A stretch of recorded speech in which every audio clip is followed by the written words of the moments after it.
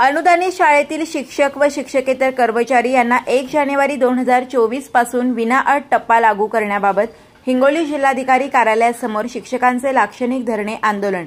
हिंगोली येथे जिल्हाधिकारी कार्यालयासमोर 2024 रोजीपासून राज्यातील प्रत्येक जिल्ह्यात जिल्हाधिकारी कार्यालयासमोर शासन निर्णय 12, 15 व 24 मध्ये नमूद केल्याप्रमाणे त्रुटी पूर्तता केलेल्या प्राथमिक, माध्यमिक व उच्च माध्यमिक शाळा वर्ग तुकड्यात समान टप्पा वाढ देणे, राज्यातील पुणे स्तरावरील अघोषित शाळांना अनुदानास पात्र करून अनुदान मंजूर करणे, 30 जुलै 2004 पर्यंत टप्पा वाढीवर अन्य मागण्यांचा शासन आदेश निर्गमित करून आचारसंहितापूर्वी किमान 1 महिन्याचा पगार शिक्षकांच्या खात्यावर जमा करणे अशा विविध मागण्यांचे निवेदन जिल्हाधिकारी कार्यालय यांना देऊन लाक्षणिक उपोषण करताना शिक्षक कर्मचारी संघ।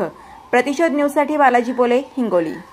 तर आम्ही या ठिकाणी सर्वजण आमच्या न्याय हक्काच्या मागणीसाठी गेल्या 2 दिवसापासून या ठिकाणी बसलेलो आहोत।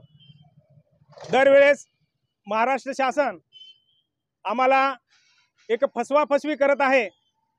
आमच्या महाराष्ट्रामध्ये जवळपास 63,000 बांधव असून काही बांधव आमचे या ठिकाणी सेवानिवृत्त होण्याच्या मार्गावर आहेत।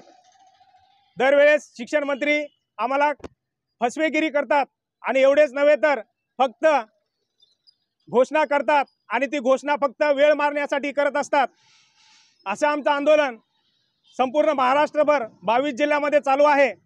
गेल्या अधिवेशनामध्ये 12 जुलै रोजी शिक्षण मंत्र्यांनी जी घोषणा केली की 1 जून 2024 पासून टप्पावार अनुदान देऊ, असं फक्त त्यांनी तोंडी सांगितलेलं आहे। कुठल्याही प्रकारची लेखी स्वरूपामध्ये आम्हाला त्यांनी दिलेलं नाहीये आणि हा फक्त एक वेळ मारण्यासाठी त्यांनी ही घोषणा केलेली आहे। आणि असंच आम्हाला हे शासन गेल्या 18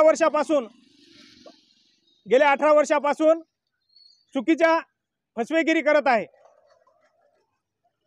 मी 1 ऑगस्ट पासून आझाद मैदान येथे मुंबई येथे तीव्र असं आंदोलन करू आणि मी विनंती करतो शिक्षण मंत्र्यांना, मुख्यमंत्र्यांना की त्यांनी आमचा हा गेल्या 20 वर्षापासूनचा हा तिढा त्यांनी सोडवावा अशी मी नम्र विनंती करतो।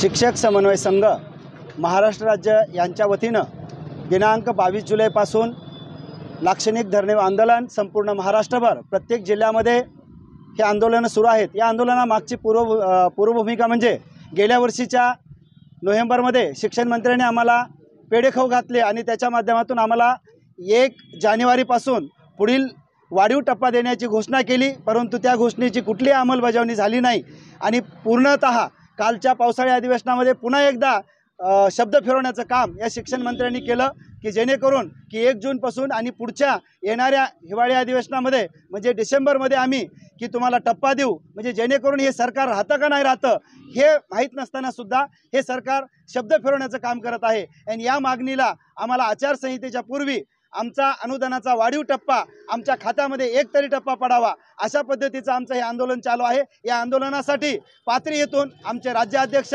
Deepak Kulkarni sir, Dnyaneshbhai Chavan sir, Jojare sir यांनी कालपासून अन्नत्याग सुरू केलेला आहे। आजचा हा दुसरा दिवस जरी करता आमच्यातली एक साधी भूमिका दिसत असली, या ठिकाणी आम्ही कमी जण दिसत असलो तरी सुद्धा जर 1 ऑगस्टच्या आत जर आमचा हा निर्णय झाला नाही तर हजारोच्या संख्येने आझाद मैदान या ठिकाणी आम्ही सर्वजण लेकराबाळासहित त्या ठिकाणी जमू आणि तीव्र आंदोलन करू। म्हणून या सरकारला आमची एक नम्रतेची विनंती आहे, या सर्व शिक्षक बांधवांना, आमच्या बंधू भगिनींना लाडकी बहीण योजना तुम्हाला करायला सोपं आहे, त्याला तुमच्याकडे बजेट आहे, परंतु जे शिक्षक बांधव आमचे आज तुमच्याच बहिणींना या ठिकाणी तुटपुंजा पगारीवर सांभाळत आहेत त्यांच्यासाठी तुम्हाला अनुदान किंवा आमच्यासाठी निधी उपलब्ध नाही आहे। तरी या सरकारला आमची कळकळीची विनंती आहे की आम्हा सर्वाला या ठिकाणी निधी उपलब्ध करून द्यावा आणि आचारसंहितेच्या पूर्वी आमचा वाढीव टप्प्याचा पहिला टप्पा आमच्या सर्व बंधू भगिनीच्या खात्यावर जमा करावा, यासाठीच हे धरणे आंदोलन चालू आहे।